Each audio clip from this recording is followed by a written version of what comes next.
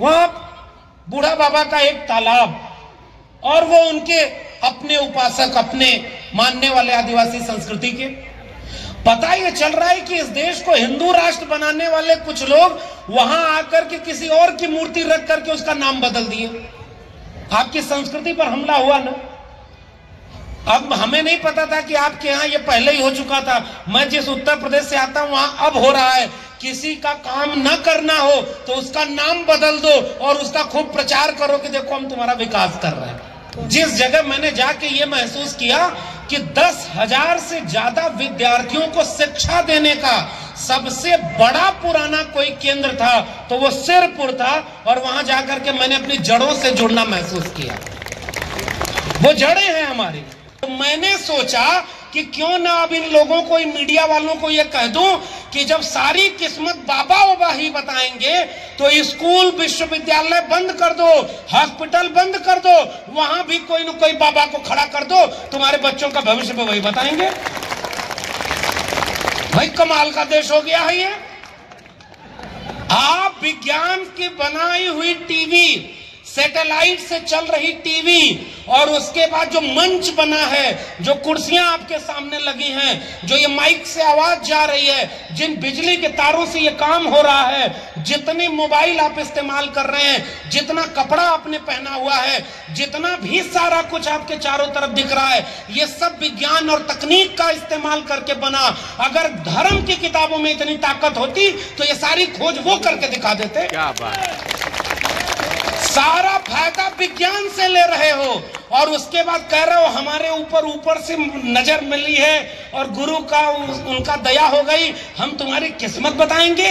अरे बाबा सुनो, अगर तुमको सही में किस्मत बतानी है तो जाके इस देश के प्रधानमंत्री को बताना कि अगली बार चीन भारत पर कब हमला करने वाला है। जाके बताओ इस देश में कि रुपया अगली बार डॉलर की कीमत से कब बढ़ने गिरने वाला है। जाके बताओ उनको कि महंगाई कैसे कम होगी। जाके बताओ उसको कि 15 लाख रुपया कब आएगा, 2 करोड़ रोजगार कब मिलेगा। भाई जब तुम्हें सारा कुछ पता है, सब तुमको ऊपर से उतर रहा है, ज्ञान मिल रहा है, तो बंद कर दो इस देश के बड़े बड़े विज्ञान तकनीकी और एजुकेशन के इंस्टीट्यूशन, मेडिकल और एम्स बंद कर दो, विश्वविद्यालय बंद कर दो। अब इस सब की कोई जरूरत नहीं है भाई। जब टीवी पर दिखा ही दिया गया कि ये कोई अंधविश्वास नहीं है, ये एक रूहानी दौलत है जो ऊपर से उतरी है, तो भाई हर घर में बाबा बनाओ और हर घर में ये सारा काम करो। ऐसे वक्त में जिन लोगों ने हर घर संविधान और घर घर संविधान की मुहिम छेड़ी है, मैं सलाम करता हूं ऐसे लोगों को, क्योंकि आप भारत को बचाने की लड़ाई लड़ रहे हैं। लड़ाई एकदम आमने सामने है भाई। एक तरफ इस देश को बर्बाद करने वाले लोग हैं और दूसरी तरफ तथागत बुद्ध से लेकर कबीर, रैदास, पलटू दादू, भीखा, बुल्ले शाह, बाबा फरीद और तमाम लोगों से आगे बढ़ते हुए नारायण गुरु, बसवन्ना, चोखा मेला, अब्दुल कय्यूम अंसारी, आसम बिहारी से होते हुए ज्योतिबा फूले, शाहू जी महाराज, डॉक्टर भीमराव अंबेडकर, डॉक्टर राम मनोहर लोहिया, मंडल कांशी राम के वारिस खड़े हैं, जो इन बर्बाद करने वाले लोगों के सामने चुनौती बनकर खड़े हैं कि हम इस मुल्क को बचाएंगे। ये साफ साफ लड़ाई एकदम दोनों तरफ छिड़ी हुई है। एक जगह कथा भागवत में बता रहा है, शबरी जी जब गई राम जी के आगे और उन्होंने जूठे बेर खिलाया, मुझे लगा वो आदमी इतना कॉन्फिडेंस से बता रहा है जैसे तीसरा आदमी वही वहां बैठा हुआ था। भाई मैं किसी धार्मिक भावना आहत नहीं कर रहा हूं, आपको पूजा करनी है करिए। पता चला यहां से लौट के मुझे दिल्ली जाना है, वहां बुलडोजर चला दे, मुकदमा लगा दे और जेल में भर दे, इसलिए हम आपकी कोई भावना आहत नहीं कर रहे। लेकिन ये कथा भागवत इतना कॉन्फिडेंस से सुनाते हैं ये लोग।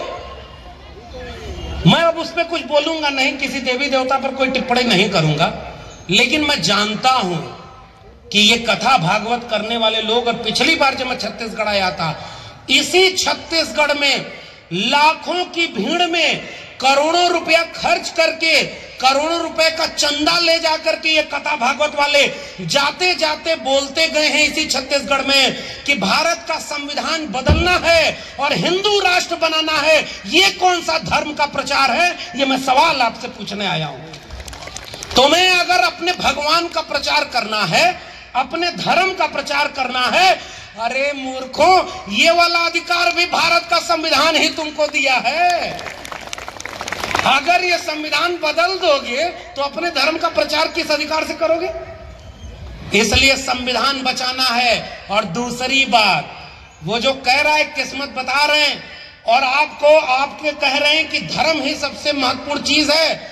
जो लोग धर्म को मानने वाले हैं उनको मेरी एक मुफ्त की सलाह है, जाओ आप किसी मंदिर में, जाओ आप किसी कथा भागवत को सुनने, बस एक काम करना शुरू कर दो, 1 रुपया चंदा दान दक्षिणा वहां नहीं चढ़ाएंगे।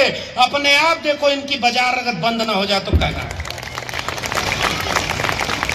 आपसे एक तो पैसा ले रहे और पैसा लेकर जाते जाते क्या बोल रहे, संविधान बदलना है, हिंदू राष्ट्र बनाना है। अरे भाई, तुम अपने धर्म का प्रचार कर रहे हो कि किसी पॉलिटिकल पार्टी का प्रचार कर रहे हो? साफ साफ क्लियर बता दो, अगर ये दोनों में अंतर नहीं है तो हम तुम्हारा विरोध करेंगे। मैं यहां खड़े होकर के अभी अगर ये कहने लगूं कि इस पार्टी को वोट दो, इस पार्टी को मत दो, मैं इशारे में कहूंगा, मैं ये भी बात बोलूंगा किसको वोट दो किसको मत दो, लेकिन मेरे बोलने का तरीका ये होगा, जो पॉलिटिकल पार्टी आपके बच्चों का स्कूल बर्बाद करे, अस्पताल बर्बाद करे, नौकरी खत्म करे, महंगाई बढ़ाए, बेरोजगारी बढ़ाए, अंधविश्वासी बनाए, ऐसी पॉलिटिकल पार्टी को हराओ, ये मैं कहने आपके आया हूं। और इसमें मैं किसी का प्रचार नहीं कर रहा। और वो सब कथा भागवत भगवान और भगवान के बीच में पॉलिटिकल पार्टी कैसे आगे रे भाई? चंदा देना बंद कर दीजिए, आधा कथा भागवत बंद हो जाएगी। सारा खेल तो चंदा का है। वो एक आदमी नोटबंदी में जब 500,000 की नोट बंद हो गई तो गया, सोचा भगवान को ही चढ़ा दे, बैंक में तो जा नहीं सकता, थोड़ा उधर वाला था। नोटबंदी करने के बाद इस देश का प्रधानमंत्री कह रहा है कि 50 दिन मुझे दे दो भाइयों बहनों, अगर 50 दिन में आपका भरोसा न जीत पाया तो जिस चौराहे पर बुलाना, मैं उस चौराहे पर आऊंगा और जो सजा देना हो उसको दे देना। उसके बाद से वो पैदल और सड़क से घूमना ही बंद कर दिया 50 दिन बाद। आप खोजते रहिए कौन से चौराहे बुलाएंगे। भाई, नोटबंदी से फायदा क्या हुआ ये तो गिनाना चाहिए, और ये सवाल पूछना हमारा नागरिक होने का धर्म है। हम आपसे पूछेंगे। और उसी समय का किस्सा मेरे यहाँ का याद आ रहा है। नोट बंद हो गई, एक आदमी सोचा कि 500 ले रहा हूं, इसलिए मैं आपसे कह रहा हूं। वो आदमी बोला कि तुम्हें पता है नोट बंद हो गई, मुझे पता है नोट बंद हो गई, भगवान को थोड़ी पता है कि ये नोट बंद हो गई है। तुरंत वो आदमी गुस्से में दूसरा वाला बोला कि भगवान थोड़े ये नोट लेते हैं कि उनको पता होना चाहिए, जो नोट लेता है उसको पता है कि वाली नोट बंद हो गई है। असली खेल यहाँ है। और इसलिए सबसे महत्वपूर्ण बात, चंदा देना बंद कर दीजिए। अच्छा, एक बात बताइए, मान लीजिए इनके भगवान कोई हैं, तो उन्होंने किस किताब में लिखा है कि मैं तभी खुश होऊंगा जब मुझे चंदा दोगे? कहीं लिखा है क्या? अब दूसरी बात बताइए, जब पैसे की खोज नहीं हुई थी, जब सिक्का नहीं बना था, नोट नहीं बनी थी, भाई इस दुनिया का इतिहास तो ये है, किसान कामगार कमेरा लोगों, आप लोग को पता होगा हमारे पुरखों का इतिहास क्या है। गेहूं हमने पैदा किया तो गेहूं लेकर गए और सब्जी वाले से कहे कि तुम हमारा गेहूं ले लो और तुम्हारी सब्जी हम ले लेंगे। वस्तु विनिमय था ना, पैसा तो नहीं था ना, पैसा तो बहुत बाद में आया ना। सामान दे के सामान लेते थे। उस समय पूजा कैसे होती थी भाई? बात सवाल है मेरा, पैसा तो नहीं था।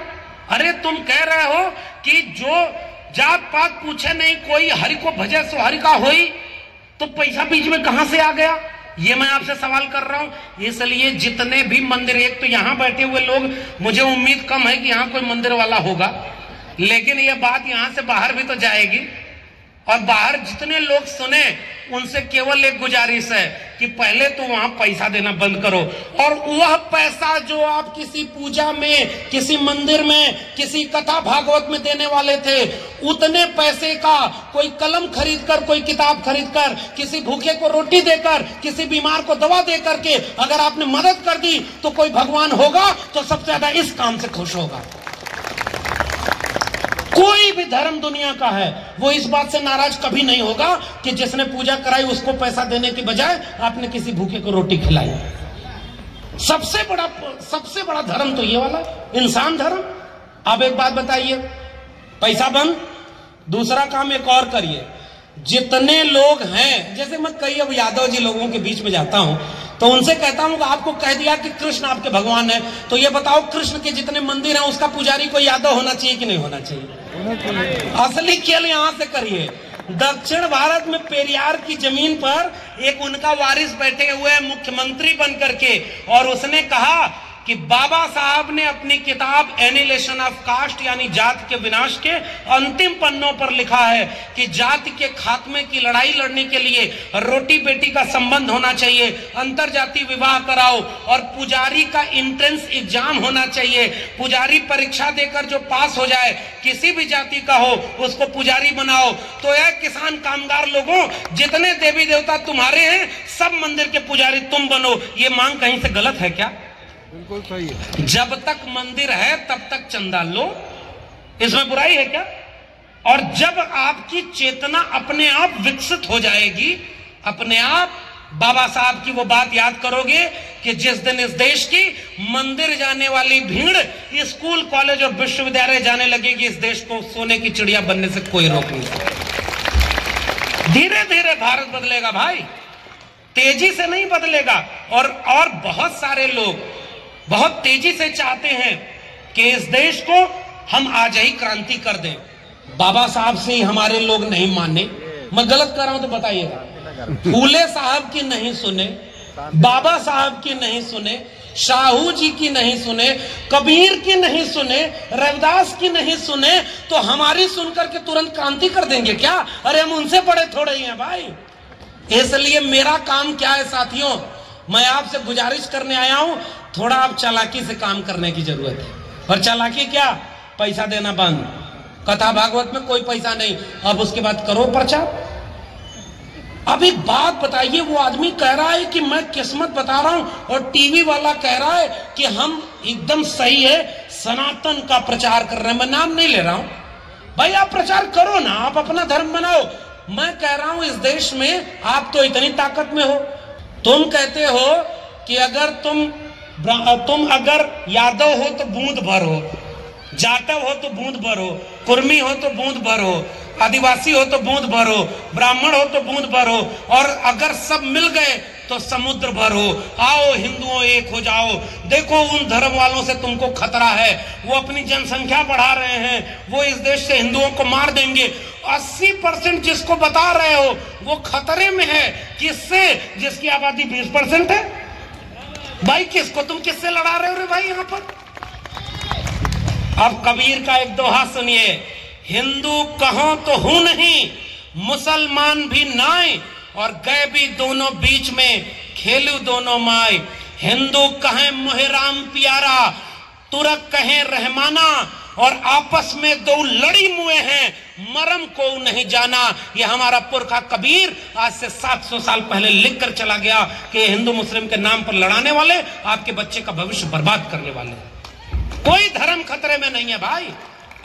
धर्म कैसे खतरे में हो जाएगा? अच्छा एक बात बताओ, मुसलमानों को तो एक ही इबादत करते हैं, आपके यहां तो इतने देवी देवता है, फिर कैसे खतरे में हो जाएंगे? मैं और कुछ नहीं बोल रहा हूं। अच्छा कैसे बदलते हैं सब। बिहार में हमारे एक शिक्षा मंत्री हैं, उन्होंने कुछ दिन पहले बयान दे दिया कि जिस रामचरितमानस को पढ़ते हो उसमें लिखा हुआ है पूजी विप्रशील गुणहीना, अशूद्र गुणगन ज्ञान प्रवीणा, और उसके बाद अधम जाति में विद्या पाए, भय हुआ था अहि दूध पिलाए। ये जातिवादी कुछ तो हैं जिनको निकाल देना चाहिए। रे भाई पूरे देश में सब कहे कि ये अपमान हो गया हिंदुओं का और ये इसको जेल में डालो, इसको मंत्री पद से हटाओ।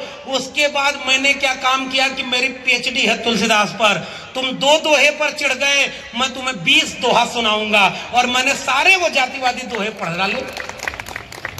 पूजी विप्रशील गुणहीना, अशूद्र न गुणगिन ज्ञान प्रवीणा। फिर मेरे पुरखे का मुझे एक दोहा याद आ गया, पूजिए रैदास ब्राह्मण मत पूजिए, जो होवे गुणहीन, और पूजिए चरण चंडाल के, जो होवे गुण प्रवीण। ये सांस्कृतिक लड़ाई है साथियों। हमारे पुरखे रविदास ने पहले ही जवाब दे दिया। अगर मेरी जाति के बारे में किसी ग्रंथ में गलत लिखा है तो क्या अब संविधान इस देश में इतना भी नहीं बचा है कि मैं यह बात की शिकायत कर सकूं? महावृष्टि चली फूट कियारी, चिम स्वतंत्र भय बिगड़हि नारी। महिलाएं अगर आजाद होंगे तो बिगड़ जाएंगी। अब इसकी आलोचना अगर महिला कर देगी तो वो कैसे गलत हो गई भाई। जे बरनाधम तेल कुम्हारा सपच करात कोल कलवारा। अजीब सी बात है, अगर आपने मेरी जाति लेकर के नाम लेकर के जे बरनाधम तेल कुम्हारा और सपच करात कोल कलवारा, ये सब तो जातियों के नाम है, और आपने जातियों के नाम लेकर के कहा कि ये जो है अधम जात में विद्या पाए भय हुआ था यही दूध पिलाए, ये सब पता था।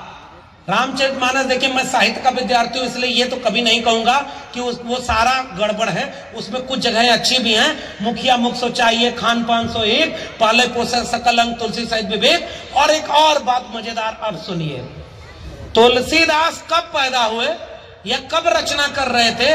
अकबर के समकालीन। अकबर के पहले बाबर आ चुका होगा। अगर इनकी कथा मान लें तो बाबर ने मस्जिद मंदिर तोड़ करके मस्जिद बनवा दी होगी। राम का सबसे बड़ा उपासक उस समय कौन? तुलसीदास।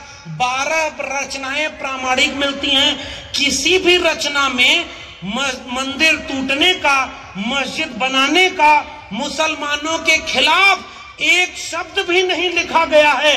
ये कैसे हो गया रे भाई? और तो और तुलसीदास ने कवितावली के उत्तरकांड में क्या लिखा?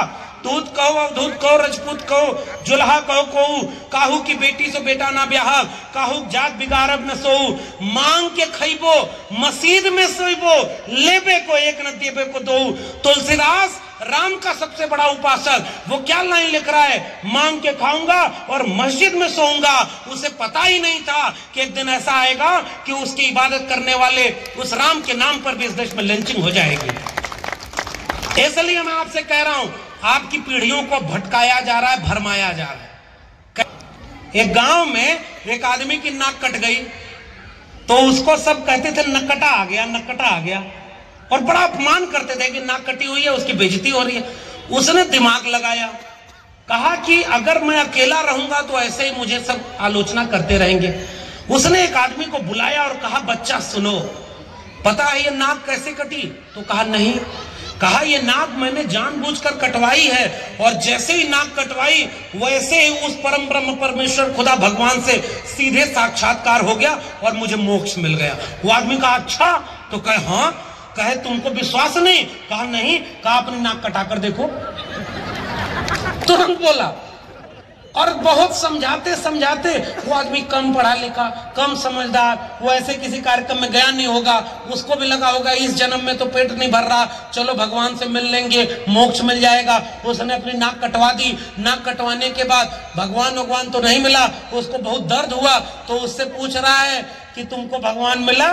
तो कहा नहीं मिला। तो कहा हमको भी नहीं मिला था। तो कहा फिर तुमने क्यों कटवाई? तो कहा अब तक इस गांव में एक न कटा था, अब हम हो गए 2, चलो तीसरे को खोजते हैं। इस देश में आपके स्वाभिमान, सम्मान, विज्ञान, तकनीक, भारत के संविधान, सामाजिक न्याय और पुरखों की लड़ाई से बना हुआ भारत आपके हाथ से छीन करके एक मूर्खों की भीड़ तैनात की जा रही है। और एक मूर्ख अपने जैसा दूसरा मूर्ख खोजने के लिए अलग अलग हथकंडे अपना रहा है, और धीरे धीरे आपकी शिक्षा बर्बाद, आपका रोजगार छीन रहा है, कलम और किताब आपसे छीन रहा है कि एक अविवेकी भीड़ बन जाएं और सब एक साथ चल करके किसी कथा भागवत का हिस्सा बन जाएं। इस देश में स्कूल कॉलेज इसीलिए बर्बाद किए जा रहे हैं। इसलिए हम अंधविश्वास और पाखंड के खिलाफ खड़े होते हैं। अरे भाई क्यों ना खड़े हो? पुराने लोग जो मंच पर बैठे और जो सामने, उनको भी याद होगा 1990 और 2000 के बीच सर इस देश में एक बार ऐसा समय आया था कि एक देवता की मूर्तियां दूध पीने लगी थी।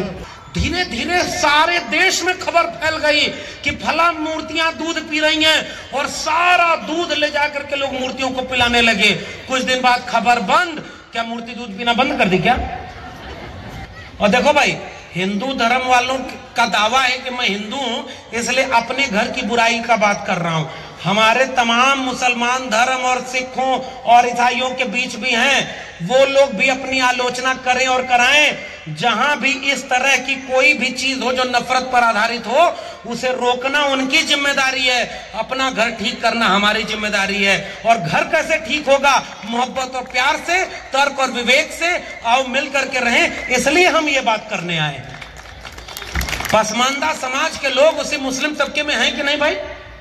जातिवाद क्या होता है इस्लाम ने दुनिया को समानता और मोहब्बत का पाठ पढ़ाया और भारत में आके जातिवादी हो गया।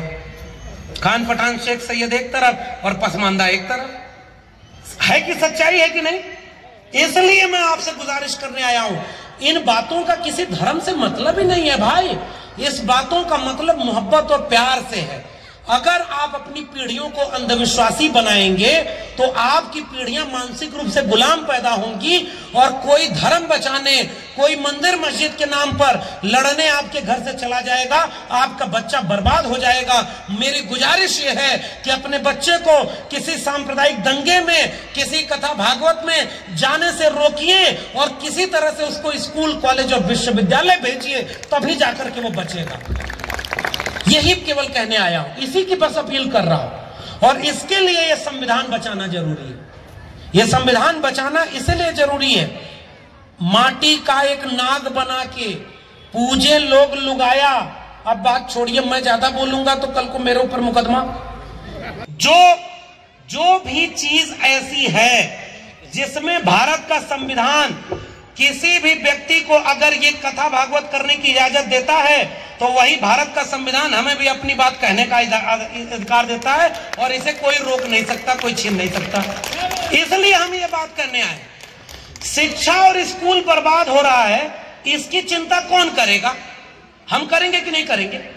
हमारी चिंता इस छत्तीसगढ़ के जितने भी सरकारी स्कूल हैं, जितने भी सरकारी विश्वविद्यालय हैं, जितने भी सरकारी अस्पताल हैं, जितने भी आपकी सरकारी कंपनी है, जितना भी आपकी सरकारी जमीन है, उसको बचाना हमारी जिम्मेदारी है कि नहीं? और इसलिए हम ये जिम्मेदारी निभाने के लिए आए।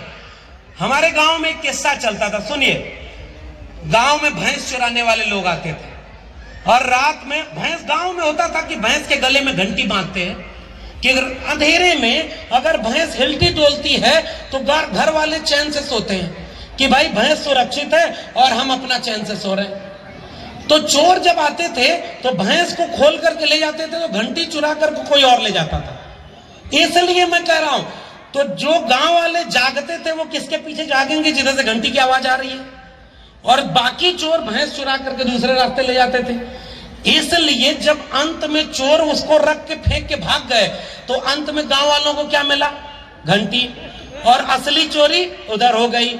मेरा कहना यह है कि इस समय आपके बच्चों की शिक्षा और रोजगार की चोरी हो रही है कि नहीं हो रही है? शिक्षा रोजगार की चोरी हो रही है कि नहीं हो रही? आपके कलम किताब खतरे में है कि नहीं? हम उसी की बात करने आए। रे भाई, ये कहां से गलत बात हो गई? और भारत का संविधान अनुच्छेद 51A इस बात की इजाजत देता है कि हम अपने देश में वैज्ञानिक चेतना का प्रसार करेंगे, वैज्ञानिक चेतना का प्रसार करेंगे। ये बात तो आप अपना पद चलाओ, हम अपना चलाएंगे। जिसका सही होगा उसकी बात आगे बढ़ जाएगी। इतना सा ही तो खेल है। अगर शिक्षा और कलम की बात करना, रोजगार की बात करना, सरकारी संपत्तियों के बेचने के रोकने की बात करना, इसका हक कौन दे रहा है? संविधान दे रहा है कि नहीं दे रहा है? ये लड़ाई है कि नहीं? अच्छा, अब एक बात बताइए, सरकारी नौकरियों में आरक्षण मिलता है ना? अब अगर सरकारी चीजें प्राइवेट हाथों में बेची जा रही हैं तो उसमें आरक्षण है क्या? आपका आरक्षण है क्या? नहीं है उसमें आरक्षण। तो मंडल कमीशन कह रहा है कि प्राइवेट सेक्टर में भी आरक्षण होना चाहिए। क्या हमारी ये लड़ाई नहीं होनी चाहिए क्या कि जहां भी इस देश में कोई भी सरकारी गैर सरकारी संपत्ति हो उसमें इस देश के SC, ST, OBC और जितने भी कमेरा लोग हैं उनको उनकी आबादी के अनुपात में वहां जगह मिलनी चाहिए कि नहीं मिलनी चाहिए? यही तो बात हम करने आए। जितने लोग ये धर्म वरम की बात करते हैं वो आरक्षण का विरोध क्यों करते हैं? आरक्षण का विरोध क्यों करते हैं भाई? आप अपना काम करिए, हम अपना काम करेंगे। अगर आरक्षण न होता तो हमारे देश में जितने प्रोफेसर, डॉक्टर, इंजीनियर, वकील बने हैं, क्या इतने SC, ST, OBC समाज के कभी बन पाते क्या? जहां आरक्षण नहीं है वहां SC, ST, OBC पहुंच पाए क्या? जैसे न्यायपालिका में आरक्षण नहीं है। आज की डेट में सुप्रीम कोर्ट में 2 शेड्यूल कास्ट के जज हैं और 1 OBC के जज हैं। शेड्यूल ट्राइब का तो कोई जज ही नहीं। ये सवाल पूछना क्या संविधान विरोधी बात करना है क्या? मैंने अभी एक आरटीआई लगाई मेरे अपने यूट्यूब चैनल पर, आप देखेंगे इस देश के 45 केंद्रीय विश्वविद्यालयों में आज की डेट में जितने भी प्रोफेसर के पोस्ट हैं 90 से 99% SC ST OBC के प्रोफेसर की पोस्ट खाली पड़ी हुई है। और आज भी इस देश में 45 केंद्रीय विश्वविद्यालयों में केवल 41 प्रोफेसर OBC के हैं और 20-25 प्रोफेसर शेड्यूल कास्ट के हैं और ऐसे ही 10-15 प्रोफेसर शेड्यूल ट्राइब के हैं और बाकी 90% प्रोफेसर कौन है? वो रिपोर्ट कह रही है कि इस देश में 1% लोगों के पास 40.5% संपत्ति का कब्जा है। आपने रिपोर्ट पढ़ी क्या?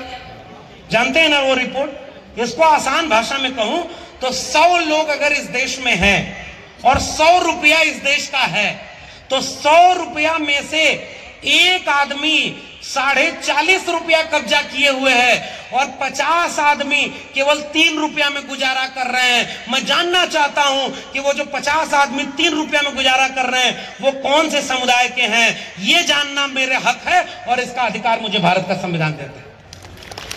सबसे ज्यादा गरीब कौन है भाई? सबसे ज्यादा बीमारी से कौन मर जाता है? सबसे आपको अगर कल को कोई आंदोलन करना हो तो आपको अगर 2 विकल्प चुनना हो, कोई धर्म वरम का आंदोलन हो और दूसरी तरफ आपका आरक्षण जो 76% कर दिया गया, जिस पर एक राज्यपाल बैठी हुई हैं और वो पास नहीं कर रही हैं, तो ये बताइए ये किसका हक मारा जा रहा है? ये सवाल है मेरा आपसे। और अगर आरक्षण मिल रहा है तो आपको अगर आरक्षण मिलता है उसका लाभ आपको मिलता कि नहीं मिलता? आपके बच्चों को शिक्षा मिलती कि नहीं? और जहां आरक्षण नहीं है उसका क्या हो रहा है? इसलिए मंडल आंदोलन आया तो मंडल आंदोलन के विरोध में इस देश में दूसरा आंदोलन शुरू हो गया। पता है कि नहीं? इस देश में दूसरा आंदोलन शुरू हो गया। हम ये जानना चाहते हैं, हम केवल ये गुजारिश करने आए हैं, ये संविधान, भारत का संविधान, स्कूल कॉलेज विश्वविद्यालय अस्पताल, पढ़ाई कमाई सिंचाई दवाई, इन सारी चीजों को लेकर के लड़ाई लड़ने की बात करता है। डॉक्टर बाबा साहब अंबेडकर ने कहा एजुकेट, ऑर्गेनाइज और एजिटेट। मैं आपसे एक अपील करके जा रहा हूं, रीड, राइट एंड फाइट। पढ़ाई लिखाई और लड़ाई का वक्त आ गया है साथियों। किसी से डरने की जरूरत नहीं है। हम क्योंकि गलत रास्ते पे थोड़े ही हैं, हम तो हक की बात कर रहे हैं। मन मस्त हुआ तब क्यों बोले, हीरा पाए गांठ गटियायो बार बार ओका क्यों खोले, हल्की थी तब चढ़ी तराजू और भारी भाई तो फिर क्यों तोले। काकर पाथर जोर के मस्जिद लई चनाए, ताचड़ मुल्ला बाग दे क्या बहरा हुआ खुदाए। पाथर पूजे हर मिले तो मैं पूजूं पहाड़, ताते ये चाकी भली पीस खाए संसार। अरे इन दो राह न पाई, हिंदुन की हिंदुआई दे के तुर्कन की तुर्काई। और मोको कहां ढूंढे रे बंदे, मैं तो तेरे पास में। इसलिए मैं कबीर, और हम कबीर सिलेबस में पढ़ते पढ़ाते हैं। कबीर का क्या करेंगे? कबीर दास ने लिखा है, क्या लिखा है सुनिए। माटी का एक नाग बना के लोग पूजे लोग लुगाया, और जिंदा नाग जब घर में निकले ले लाठी धमकाया। ये तो कबीर का पढ़ रहा हूं ना भाई। और कबीर पर तो अभी बैन नहीं लगा है इस देश में, अभी बोलने का आजादी है ना। ज्यो तिल माही तेल है, ज्यो चकमक में आग, तेरा साईं तुझ में है, तू जाग सके तो जाग। और क्या कबीर लिख रहे हैं, मूड मुड़ाए हरि मिले, सब कोई ले मुड़ाए, और बार बार के मुड़ते भीड़ा न बैकुंठे जाए। ये कौन लिख रहा है? कबीरदास। इसको कौन छपवाया है? भारत सरकार। और इसके लिए क्या कह रहे हैं, मन ना रंगाए रंगाए जोगी कपड़ा। पढ़िएगा। और इसलिए कबीर साहब, पलटू दादू, भीखा बुल्ले शाह बाबा फरीद साहब और तथागत बुद्ध, इन लोगों ने 2-3 काम किया। वो दो तीन काम करने की हमें इस समय सख्त जरूरत है।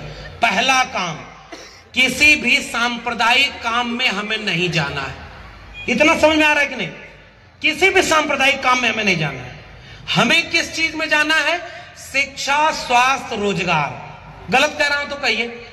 एक बात बताइए, आपको अगर कल 2 ऑप्शन मिल जाए, 2 ऑप्शन मिल जाए, एक तरफ इस तरह का कोई काम करना हो और दूसरी तरफ अपने बच्चे का स्कूल कॉलेज और विश्वविद्यालय बचाना हो, आप किधर जाएंगे?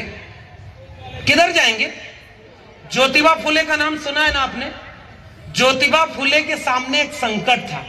उन्होंने कहा कि इस देश में महिलाओं और दलितों के बच्चों को तो पढ़ने का अधिकार ही नहीं है, पढ़ने का अधिकार नहीं था। तो महात्मा फुले ने क्या किया, स्कूल खोलेंगे। किसके लिए?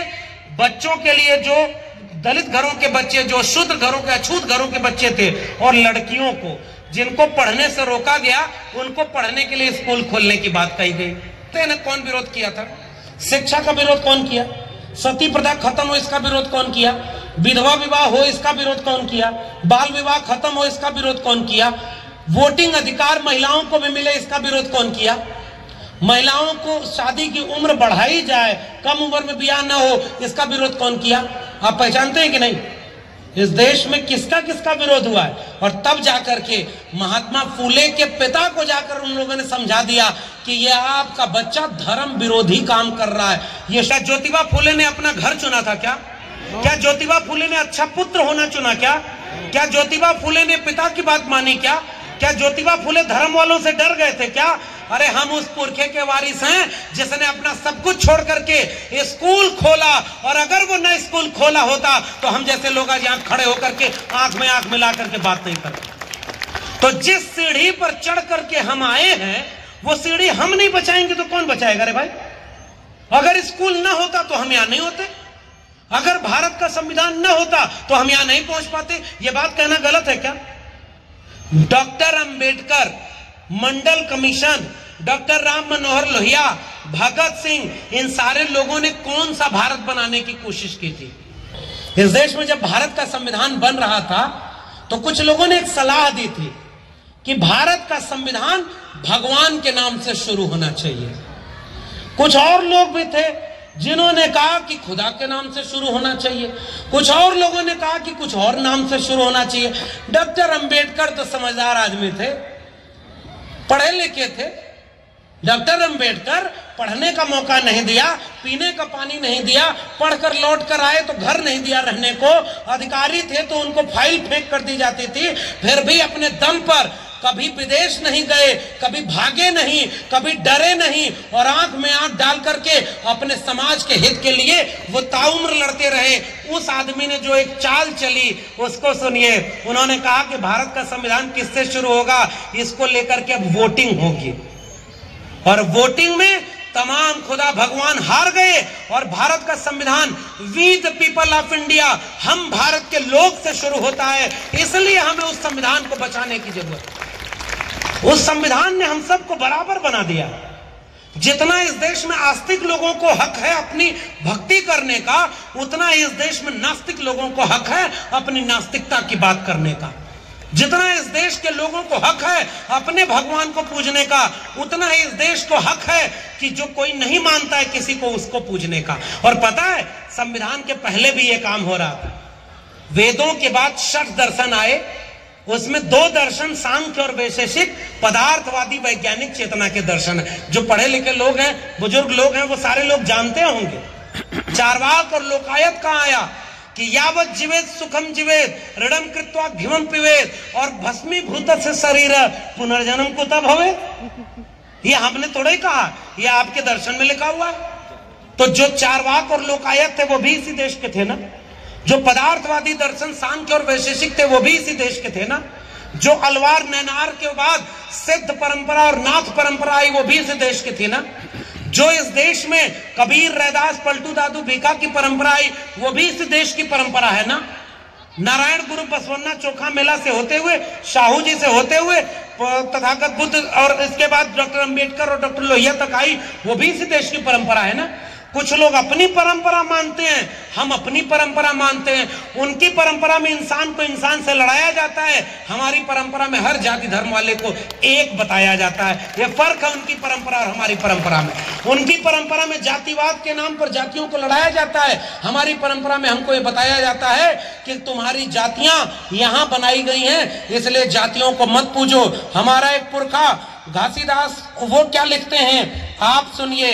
उन्होंने लिखा कि जात पात माने नहीं, सत के महिमा गाय और पावन जेकर आचरण वो सतनामी कहा है। मन के आजुन झव नाव कवो सिर्फ सम्मान और जात पात ला त्याग के सत बर देव जव जान। और वो सतनामी समाज के गुरु घासीदास हमारी मोहब्बत की परंपरा में है और वो लोग जातियों को जात से लड़ाने की परंपरा में है। हम जातियों को जातियों से जोड़कर 90% आवाम को एक करने की परंपरा में है। ये फर्क है हमारे और उनमें। हम मोहब्बत और प्यार की बात करने आए हैं। मैं दावे के साथ कह सकता हूं कि हम जब यहां से जाएंगे तो यहां एक झगड़ा नहीं हो सकता। ज्योतिबा फूले के खिलाफ भी थे। सावित्रीबाई फूले स्कूल पढ़ाने जाती थी तो पत्थर मारते थे। डॉक्टर अंबेडकर को रहने को घर नहीं देते थे। डॉक्टर लोहिया की किताबें नहीं छपने दिए।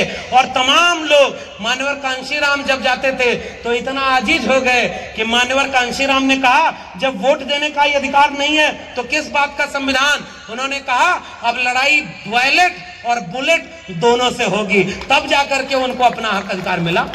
नहीं तो सामंती लोग तो जिन जातियों को कहते थे ये छोटी जाति, उनके सामने उनको वोट नहीं डालने देते थे। हमें वोट डालने का अधिकार किससे मिला? भारत के संविधान से। हमें सबको पढ़ने का अधिकार किससे मिला? भारत के संविधान से। हमें अपने आजादी से कोई भी पेशा चुनने का अधिकार किससे मिला? भारत के संविधान से। हमें ब्राह्मण और शूद्र के बीच कोई बड़ा छोटा नहीं, सब बराबर का अधिकार किससे मिला? भारत के संविधान से। हमें अपना पेशा चुनने का अधिकार किससे मिला? भारत के संविधान से। अपना वोट देकर नेता चुनने का अधिकार किससे मिला? भारत के संविधान से। जो दंगा में लगवाए, जो नफरत में लगवाए, जो जातियों को जातियों में तोड़े, ओबीसी को ओबीसी से लड़ाते हैं कि भाई ये कुर्मी है, ये यादव हैं, ये जो है ग्वाल हैं, ये अलग जाति के हैं, तुम्हारा हक उसने छीन लिया, तुम्हारा हक उसने छीन लिया। सतनामी को सतनामी से लड़ाओ और उसके बाद कबीरपंथी को उनसे लड़ाओ, दलित को दलित से लड़ा दो, आदिवासियों को अलग लड़ा दो। सारी तरफ लड़ाई छिड़ी हुई है। इसको बचाएगा कौन? हम और आप। अगर इस लड़ाई को हम नहीं बचा पाए, एक बात कहिए, हम जब थे या हम जब हैं तो भारत का संविधान इतना बचा है ना कि हम यहाँ डंके की चोट पर ये कार्यक्रम कर ले रहे हैं और आंख में आंख डाल करके सच बोल ले रहे हैं। ये एक वजह से हो पा रहा है क्योंकि इस देश में भारत का संविधान लागू है ना। इस देश में इतनी बड़ी आबादी आपकी है तो इस देश में जिसकी जितनी संख्या भारी उसकी उतनी हिस्सेदारी होनी चाहिए कि नहीं होनी चाहिए? समाजवादी आंदोलन और अम्बेडकरवादी आंदोलनों का नारा क्या था? 100 से कम न 1000 से ज्यादा, समाजवाद का यही तकाजा। कोई गरीब अमीर के बीच 100 से 1000 के बीच की खाई नहीं, ज्यादा नहीं होनी चाहिए। आज आपके देश में कुछ लोग इतना अमीर हो गए कि नहीं, जो इस देश में नेता को वोट दिलवाते हैं और इतना पैसा उनको देश बेच कर दिया जाता है। सौगंध मुझे इस मिट्टी की, मैं देश नहीं बिकने दूंगा।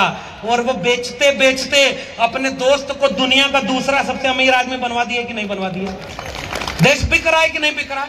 रेल बिक गई, भेल बिक गई, कंपनी बिक गई, बीएसएनएल बिक गया, एमटीएनएल बिक गया और बैंक बिक रहे हैं, एलआईसी बिक रही है, नई शिक्षा नीति में शिक्षा बिक रही है, आपकी जमीन और कंपनियां बिक रही हैं, नवरत्न की कंपनियां बिक रही हैं, सारा प्राइवेट सेक्टर बनता चला जा रहा है। ये देश बिक नहीं रहा है तो क्या? हम किसान थे, हम श्रमिक थे और हमको यहाँ पे मजदूर और उन पूंजीपतियों का गुलाम बनाया जा रहा है कि नहीं बनाया जा रहा है?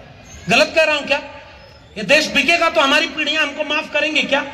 स्कूल बिक गया कि नहीं बिक गया? जिसकी जेब में पैसा है साहब, वो अपने बच्चे को अच्छे स्कूल में पढ़ाएगा और जिसकी जेब में पैसा नहीं है उसका बच्चा अनपढ़ पैदा होगा। क्या ये बताइए? किस्मत तो वो बाबा क्या बताएगा, मैं भी बता रहा हूं। गरीब घर में पैदा हुआ बच्चा बहुत मुश्किल है 99% कि कभी डीएमएसपी और आईएसपीसीएस जज नहीं बन पाएगा क्योंकि उसको अच्छी शिक्षा ही नहीं मिलेगी। किस्मत तो मैं भी बता रहा हूं। अगर उसको अच्छे घर में फीस जमा करने का पैसा नहीं है तो बहुत संभावना है कि वो बच्चा पढ़ नहीं पाएगा। अगर किसी के घर में पैसा नहीं है तो हो सकता है कोई नजला जुखाम से मर जाए और जिसका पैसा है वो पूरे शरीर का ट्रांसप्लांट करा ले और विदेश और अमेरिका चला जाए, इलाज करा ले। ये भारत बंटा हुआ है कि नहीं? 90% लोग जो मेहनत कश लोग हैं वो एक तरफ हैं और 10% लोग जो मेहनत नहीं कर रहे वो दूसरी तरफ हैं। तब मैं अपने आंदोलनों का नारा याद करता हूं, मिटे गरीबी और अमीरी, मिटे चाकरी और मजबूरी। और क्या लिखा कि पुनर्जन्म और भाग्यवाद, इनसे जन्मा ब्राह्मणवाद। ब्राह्मणवाद की क्या पहचान, गिट पिट बोले करे न काम। मानववाद की क्या पहचान, ब्राह्मण शूद्र एक समान। जिसमें समता की चाह नहीं वह बढ़िया इंसान नहीं। समता बिना समाज नहीं, बिन समाज जनराज नहीं। जो जमीन को जोते बोए वो जमीन का मालिक होए। राष्ट्रपति का बेटा हो या चपरासी की हो संतान, टाटा बिरला अडानी का हो, सबको शिक्षा एक समान। शिक्षा पर जो खर्चा हो बजट का 10वां हिस्सा हो। सबको शिक्षा सबको काम, वरना होगी नींद हराम। और सबको शिक्षा दे न सके जो, वह सरकार निकम्मी है। और जो सरकार निकम्मी है वो सरकार, आपको तो हजारों साल से समझाया जा रहा है। शिकारी आएगा, जाल फैलाएगा, दाना डालेगा, फंसना मत। लेकिन हम सारे वो लोग अपने पुरखों की बात सुने बिना उस जाल में फंसते चले गए। हाथ उठाकर बताइए कि हम फंस रहे हैं कि नहीं फंस रहे? हम सब उसके शिकार हो रहे हैं कि नहीं? अब उसके बाद कहानी को आगे बढ़ाइए।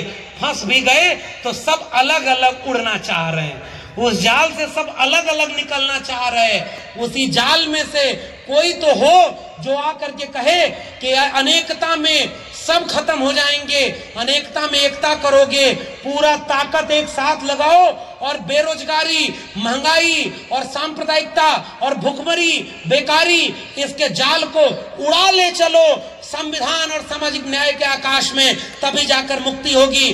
दलित, पिछड़े, आदिवासी, SC ST OBC माइनॉरिटी, आओ हम सब मिलकर के एक हो जाएं, मोहब्बत प्यार का भारत बनाएं। बच्चों का भविष्य न खत्म करे, कोई स्कूल न बर्बाद करे, कोई शिक्षा न बर्बाद करे।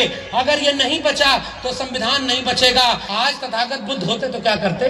आज बाबा साहब होते तो क्या करते? हिम्मत से बोलते ना सच।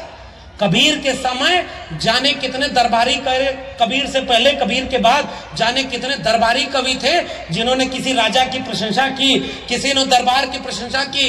वो सारे लोग इतिहास में कहीं खो गए। जिसने अपने वक्त का सच कहा वो कबीर जिंदा थे, जिंदा हैं और जिंदा रहेंगे, क्योंकि वो सच बोल करके गए। डर गए होते तो क्या वो बचे होते? क्या डरने वालों का इतिहास नहीं लिखा जाता। और हम क्यों डरे? हम क्या गलत रास्ते पर हैं क्या? हमारी लड़ाई मोहब्बत प्यार की लड़ाई। भारत का संविधान हमें इजाजत देता है, अनुच्छेद 51A कि वैज्ञानिक चेतना का विस्तार करो। हम अंधविश्वास और पाखंड का विरोध करते रहेंगे और हम कहेंगे कि वैज्ञानिक चेतना से हमारा समाज आगे बढ़ रहा है। क्योंकि हमें स्कूल चाहिए, हमें विश्वविद्यालय चाहिए, हमें रोजगार चाहिए, हमें सरकारी नौकरी चाहिए, हमें सरकारी जमीन चाहिए और हमें मंडल कमीशन और भारत का संविधान चाहिए। और जिन जातियों को जातियों से लड़ाया जा रहा है, आपस में हमारा दुश्मन कोई और नहीं है। वो बंदर वाली कहानी पता है ना? 2 बिल्लियों को रोटी मिल गई तो एक बंदर, वो बिल्लियां लड़ने लगी तो एक बंदर आया और कहा कि रुको हम तुम्हारा न्याय करते हैं। और तराजू लेकर आया तो एक तरफ जिधर रोटी ज्यादा थी उधर से रोटी तोड़कर खा लिया, फिर तराजू पर रखा तो दूसरी तरफ रोटी ज्यादा हो गई, फिर इसको तोड़ के खा लिया तो इधर ज्यादा हो गई। और करते करते दोनों तरफ से दोनों की रोटी खा गया और कहा जाओ बिल्लियों, मैंने तुम्हारा न्याय कर दिया। न एक टुकड़ा तुमको रोटी मिली, न एक टुकड़ा तुमको रोटी मिली। देखो इससे बड़ा जस्टिस क्या होगा? कोई तो है जो हमारा हक छीन रहा है। हक की लड़ाई, हक की बात। और एक कविता सुना करके अपनी बात खत्म करूंगा। हमारा एक मित्र है विहाग वैभव, उसने एक कविता लिखी है। लड़ने के लिए चाहिए थोड़ी सी सनक, थोड़ा सा पागलपन।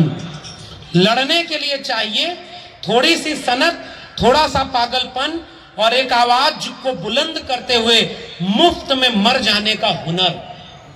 बहुत समझदार और सुलझे हुए लोग नहीं लड़ सकते कोई लड़ाई। ये व्यंग है।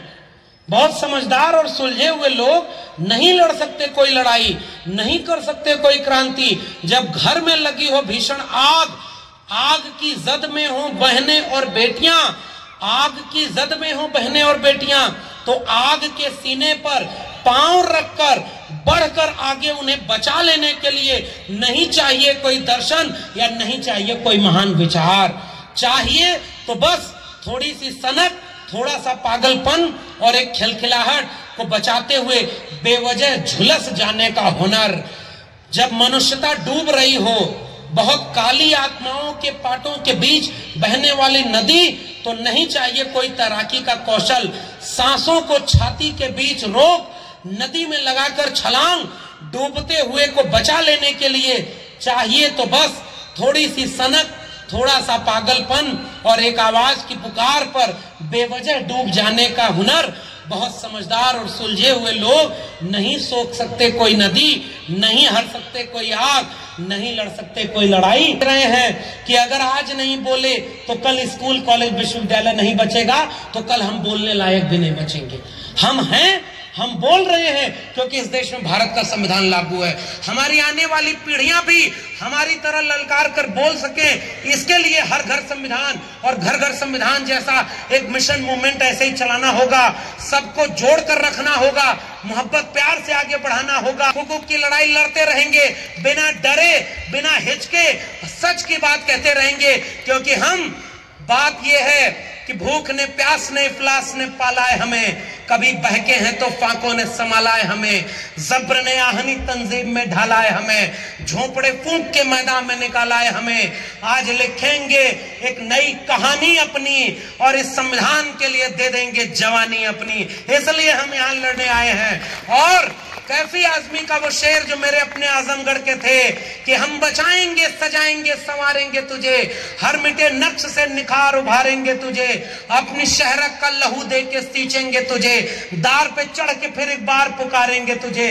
राह इमदाद, इमदाद का अर्थ होता है मदद, राह इमदाद की देखें ये भले तौर नहीं, हम बाबा साहब और भगत सिंह के साथी हैं, कोई और नहीं।